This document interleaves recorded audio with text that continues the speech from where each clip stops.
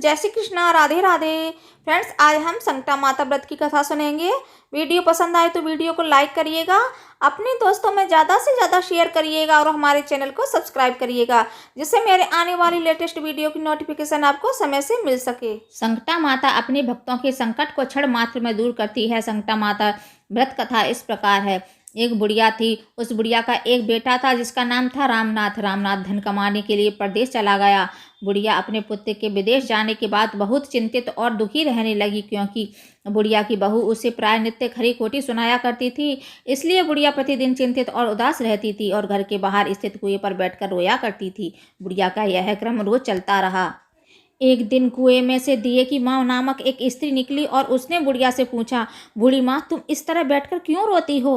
तुम्हें किस बात का कष्ट है? तुम मुझे अपना दुख बताओ, मैं तुम्हारे दुख को दूर करने का प्रयत्न करूंगी। बुढ़िया ने उस स्त्री का प्रश्न सुनकर कोई भी जवाब नहीं दिया और रोती ही रही। दिए की माँ बार बार एक ही प्रश्न दोहराई जा रही थी। वह बुढ़िया इस बात से झुंझला उठी। उस बुढ़िया ने दिए की माँ से कहा, तुम मुझे बार बार ऐसा क्यों पूछ रही हो? क्या सचमुच ही तुम मेरा दुख जानकर उसे दूर कर दोगी? बुढ़िया की बात सुनकर दिए की माँ ने उत्तर दिया, मैं अवश्य ही तुम्हारे कष्टों को दूर करने का प्रयत्न करूंगी। बुढ़िया ने दिए की माँ का ऐसा आश्वासन पाकर कहा, मेरा बेटा कमाने के लिए प्रदेश चला गया है। उसके पीछे मेरी बहू मुझे बहुत बुरा भला कहती रहती है, यही मेरे दुख का कारण है। बुढ़िया की बात सुनकर दिए की माँ ने कहा, यहाँ के वन में संकटा माता रहती है, तो अपना दुख उनसे सुनाकर कष्ट से छुटकारा पाने के लिए प्रार्थना करो। बहुत दयालु हैं, दुखियों के प्रति बहुत सहानुभूति रखती हैं, निसंतानों को संतान, निर्धनों को धनवान, निर्बल को बलवान और अभागों को भाग्यवती बनाती हैं। उनकी कृपा से सौभाग्यवती स्त्रियों का सौभाग्य अचल हो जाता है। कुंवारी कन्याओं को अपने इच्छित वर की प्राप्ति होती है। रोगी अपने रोग से मुक्त होते हैं। इसके अलावा जो भी मनोकामना हो वह सभी को पूरा करती है, इसमें कोई भी संदेह नहीं है। दिए की माँ से ऐसी बिलक्षण बात को सुनकर बुढ़िया संकटा माता के पास गई और उनके चरणों में गिरकर विलाप करने लगी। संकटा माता ने बड़े ही दयालु होकर बुढ़िया से पूछा, बुढ़िया, तुम किस कारण इतने दुख से बार बार रोती रहती हो? बुढ़िया ने कहा, हे माता, आप तो सब कुछ जानती हो, आपसे तो कुछ भी छिपा नहीं है। आप मेरे दुख को दूर करने का आश्वासन दें तो मैं अपनी दुखद गाथा आपको सुनाऊं। बुढ़िया की बात सुनकर संकटा माता ने कहा, मुझे पहले अपना दुख बताओ, दुखियों का दूर करना ही मेरा काम है। संकटा माता के ऐसा कहने पर बुढ़िया ने कहा, हे माता, मेरा लड़का परदेश चला गया है। उसके घर में ना रहने से मेरी बहू मुझे बहुत तरह तरह की सुनाया करती है। उसकी बातें मुझसे सहन नहीं होती, इसी कारण परेशान होकर मैं बार बार रोया करती हूँ। बुढ़िया की इस दर्द भरी कथा को सुनकर संकटा माता ने कहा, तुम घर जाकर मेरे लिए मनौती मांगकर मेरी पूजा करो, इससे तुम्हारा लड़का सकुशल वापस घर आ जाएगा। मेरी पूजा के दिन सुहागन स्त्रियों को आमंत्रित कर उन्हें भोजन कराना, ऐसा करने से तुम्हारा लड़का अवश्य ही तुम्हारे पास आ जाएगा।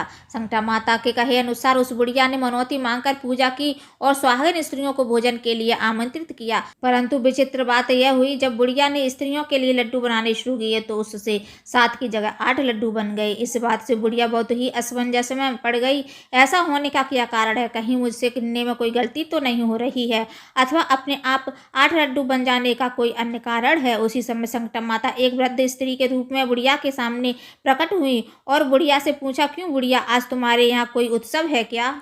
यह सुनकर बुढ़िया बोली, आज मैंने संकटा माता की पूजा की है और सुहागिन स्त्रियों को भोजन के लिए आमंत्रित किया है, किंतु जब गिनकर 7 लड्डू बनाती हूँ तो वे लड्डू अपने आप ही 8 बन जाते हैं। मैं इसी बात से चिंता में पड़ गई हूँ। बुढ़िया की बात सुनकर संकटा माता ने कहा, क्या तुमने किसी बुढ़िया को भी आमंत्रित किया है?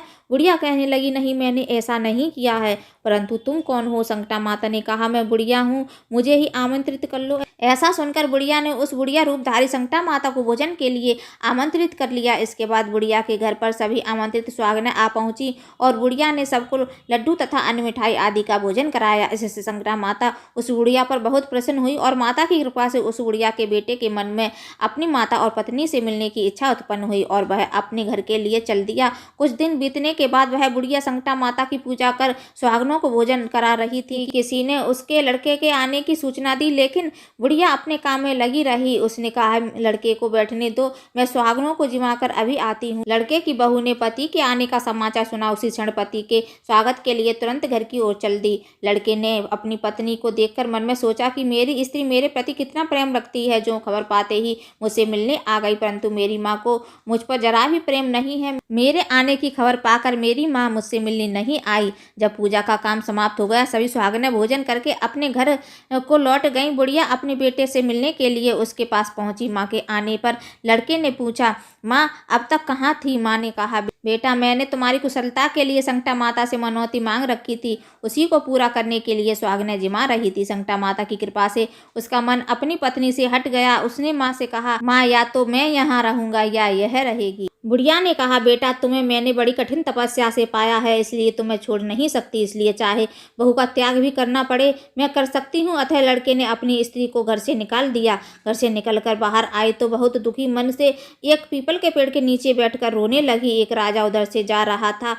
उसे रोता देखकर राजा रुका और पूछा, तुम क्यों रो रही हो? तब उसने अपनी सारी व्यथा राजा को कह सुनाई। राजा ने कहा, आज से तुम मेरी धर्म बहन हो, इसलिए रो मत, तुम्हारे सभी कष्टों को दूर करने का प्रयास करूंगा। यह कहकर राजा उस स्त्री को अपने महल में लेकर आ गया। महल जाकर राजा ने रानी को सारी कथा सुनाई और रानी से कहा, देखो आज से मेरी यह धर्म बहन है, इसी महल में रहेगी और इसको किसी प्रकार का कोई कष्ट नहीं होना चाहिए। राजा के यहाँ पहुंचकर कुछ दिन बाद धर्म से प्रेरित होकर रामनाथ की स्त्री ने भी संकटा माता का व्रत आरंभ कर दिया और संकटा माता के निमित्त सुहागनों को भोजन कराने के लिए आमंत्रित किया। उसने रानी को भी आमंत्रित किया। जब भी सुहागनें लड्डू खाने के लिए आई तो रानी ने कहा, मुझे तो रबड़ी, मलाई और स्वादिष्ट मिष्ठान ही हजम होते हैं, या पत्थर समान लड्डू कैसे हजम होंगे? ऐसी अवहेलनापूर्ण बातें कहकर रानी ने लड्डू खाने से मना कर दिया। कुछ समय बाद संकटा माता की कृपा से रामनाथ अपनी पत्नी को खोजते हुए राजा के महल में आया। वहां आकर अपनी पत्नी को संकटा माता की पूजा करते हुए देखा तो संकटा माता को हाथ जोड़कर प्रणाम किया और अपनी पत्नी से कहा, प्रिय अब मेरे अपराध को क्षमा करो। पत्नी ने कहा, नाथ यह सब प्रारब्ध से ही होता है, इसमें आपका कोई दोष नहीं है, आप मेरे ईश्वर रूप हो, मेरे ही अपराध को क्षमा करें। यह कहकर दोनों ने विधि पूर्वक संकटा माता व्रत की कथा सुनी। संकटा माता की पूजा को समाप्त कर सुहागनों को जिमाकर दोनों पति पत्नी अपने घर की ओर प्रस्थान के लिए तैयार हुए। जाते समय रामनाथ की स्त्री ने राजा रानी से कहा, जब मुझ पर दुख पड़ा था तो आप लोगों ने धर्म बहन बनाकर मुझे आश्रय दिया था। यदि आपको किसी तरह की सहायता की आवश्यकता हो तो मेरी कुटिया में निसंकोच चले आना। ऐसा कहकर दोनों पति पत्नी अपने घर चले आए। संकटा माता के प्रसाद का निरादर करने के कारण रानी पर भारी संकट आ पड़ा। रामनाथ की बहू के जाते ही उनका राजपाट नष्ट हो गया।